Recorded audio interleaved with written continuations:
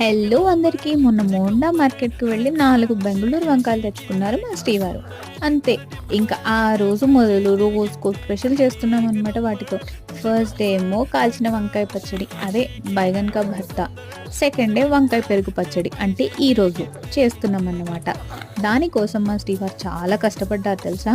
తనే కట్ చేసుకొని, మసాలా పేస్ట్ ముక్కలు కంటించి, పాన్ మీద ఫ్రై చేసేంత వరకు మొత్తం తనే చేశారు.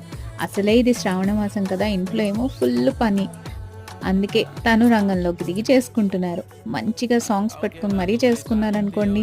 ఇంక తర్వాత ప్రాసెస్ అంతా నేనే చేసేసాను.